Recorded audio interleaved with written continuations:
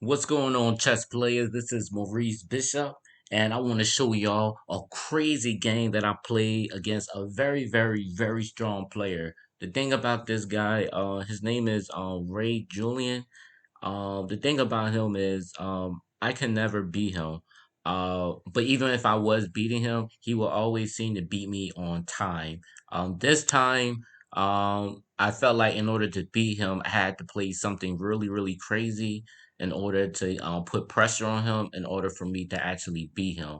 And in this case, I was really trying to. I was trying to play as tactical as possible in order to put so much pressure on him to the point where he'll run out of time. I just felt like he was a lot faster than me. There's times where I will be winning the game and he'll beat me on time. Or if it was the other way around where he was winning the game, um but he'll still beat me anyway. But this time, I actually beat him twice, one on time and one on checkmate. But this was crazy, y'all. Um, if y'all want to play this in Blitz, y'all can play this. But without further ado, let's actually get started. I played as black. He played as white. Um, he played G3. I played E5. He goes Bishop G2, D6, D3, Knight C6, and F4. To be honest with y'all, I really don't know what the name of this opening is at all. Um, I literally have no idea. Okay, so this is the Hungarian opening. So that's pretty much what that is. The Hungarian opening. Um, but yeah, this is G2, D6, D3, Knight C6, F4, and I go H5, y'all. This is exactly what I played. And I wanted to play something crazy because, like I said, he's very fast and he seems to beat me on time. But this time I had a upper hand. He goes Knight F3, and I go H4 automatically. Like I just pushed. He took with the Knight, and I automatically just sacrificed my Rook. Now, I'm not telling y'all to do this in tournaments or whatever, but in Blitz or whatever, you could potentially do this or whatever. I watch a lot of the grandmasters and IMs play this opening a lot or whatever, so I decided let me try it out for myself, because I had the concept of it or whatever. So he took my rook. I go queen catches h4. He goes on king f1, and I go on g or e captures f4. I actually thought I was moving so fast because he moves very fast. Um, this would have been. I thought this was probably a better move. To get that light squared out the way. I thought that would be a little bit better. But I go E catches at four. Like I said, he goes C3. Just like he goes C3. I go G5. Protecting this F4 pawn and make it more stronger. Queen E1. I go Queen H5. Not exchanging queens. Bishop captures C6. Honestly, y'all, I think the best move that White could have did, even though he's his king side is a little weak, but also I'm still in the center of the board myself. So but I thought H4 was a move as well, because it's not like I can go G4, or I probably forced to go G4 because he got Bishop catches F4 and everything. So I thought that was a move that he missed or whatever. But yeah. So bishop captures c6, b captures c6, queen f2. Like I said, he still had this um, h4 move that he just didn't do. So I automatically go bishop h3 check. He goes king e1. I go bishop e7. Trying to develop. He goes king d1. I castle queen side. He goes king c2. Yes, he didn't take this pawn. I'm not sure why. Because and the only reason why I did is because he didn't have a light square bishop, so I felt like none of these pieces are developed, and he has no light square bishop. And if he decides to take my pawn, I do have the safe spot on king d7. So it's just a strategic maneuver or whatever. But that's the only reason why I did it. But he didn't take the pawn or whatever, probably because of the queen captures e2 as well, which is another thing that he probably saw, which is probably why he didn't take, especially since I'm getting close to him. I go knight f6 to develop. He goes knight b to d2.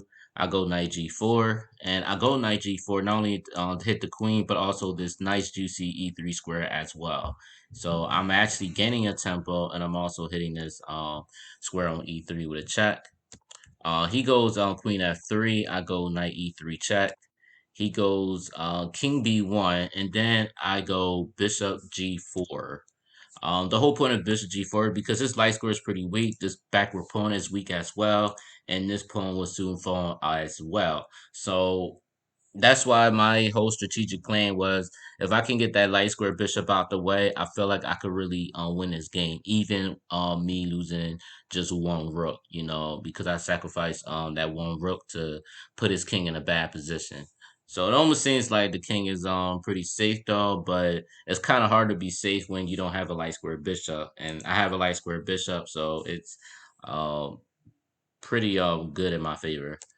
He goes queen captures c6. I go bishop captures e2, and as y'all can see, I'm threatening bishop captures d3 with a checkmate, which is my threat. My opponent sees that. I go king d7. He goes b3, and I went rook b8. But the move that I thought was a lot better, I thought queen h7 would have been a better move, especially because, um, like I said, I'm controlling the light squares or whatever, and this is a principle, y'all. If you got your opponent's opposite color bishop and everything, and you have that bishop, control all the light squares. That is the key move. Utilize those light square bishop, and your other majority of the piece, especially with the queen. Utilize that. This would have been an awesome opportunity to utilize these light squares, which is queen a2, threatening bishop captures on d3, and also picking up the queen. So this would have been a very useful tactic, but I didn't do that though. But like for instance, even if he tries to defend with knight e4, I do have queen captures e4, and obviously you don't really want to take because of bishop captures on h3, and I'm pretty good now. I mean, look at my pawns, y'all. I got 1, 2, 3, 4, 5, 6. He only has five pawns, so I'm up a pawn. But also I have good activity of the pieces if you don't mind me. I have good activity with the piece, especially because his rook ain't going nowhere. Unless he move his rook or his pawn upward or whatever, then maybe he'll have a chance. But black looks good. But look, I go rook b8. I just want to put my rook on the same file as the king or whatever, and also to break them open pretty much. That's what I want to do. So he goes king b2. I go rook b6. I didn't mind him taking his pawn at all because of bishop captures d3. I didn't mind that. Um, a4 again. He go a4 to get a pass pawn or whatever, but also probably in the future to get his rook out as well somehow. But I think his main move was to get some type of play with the pass pawn. So I go bishop c3. I mean bishop f6, hitting a dark square because my next move is rook c6 because I'm already anticipating him going a5 already. So which he did. He go a5. I go rook c6. I'm automatically hitting this twice. You know. Um, he goes knight c4, and I go knight captures c4, b captures c4, and I go bishop captures c4. Now look at this, y'all. I did miss mate in a few moves. Actually, it's more than a few moves, but let me show you this. Um, like I said, both our time was running out or whatever, so it was getting very, very close. Um, but how it would have went, Queen E2, if the king goes A3, then have rook capture C4. But again, it's still a few moves. It's not like a automatic like mate in one or whatever, you know. But rook capture C4, and this is like all the best move. If queen goes here to stop any threats on his file, I just go rook capture c3 check. If he goes king b4, then bishop a3, hitting the queen. If queen d5, then c5 check. And then of course the queen really ain't got nothing to do but to give his queen away. And then after this check, king a4, and then bishop b5 checkmate, which is a nasty mate. Uh, and bullet is kind of hard to calculate all this mating pattern, which is why I'm still looking at 1001 winning checkmates and everything. So I'm constantly like having to read all of them and do as much puzzle as possible so that I could find it quicker and be more accurate. So it just takes practice, y'all. It just takes a lot of practice to do it, but I didn't calculate all that. But after bishop captures c4, my opponent goes bishop d2. That's when I went queen e2, rook hd1, and I go bishop d3. The move that I missed was bishop captures c3 with a check. The whole point of that, if the king captures, then bishop d5 check with a discovered check, and then if king b2, then I had queen b5 check. You know what I mean? And then after bishop b4, then I have queen captures b4 checkmate. You know, so those are a few moves. So that's something that I could have did. Um, but my opponent went to queen g3. So let's go back. So I go bishop d3. This is the move that I did after he went rook hd1. So my opponent goes on queen g1. I think after this was over after this. Because then that's when I did bishop captures c3 check. He goes king b3. I go bishop captures on d2. And I'm going to show you this last one. It's another one I could have did. I could have did, instead of bishop captures, I could have just did bishop c2 check. Which is also another, which it kind of really don't matter because I still checkmate on pretty much the same amount of moves.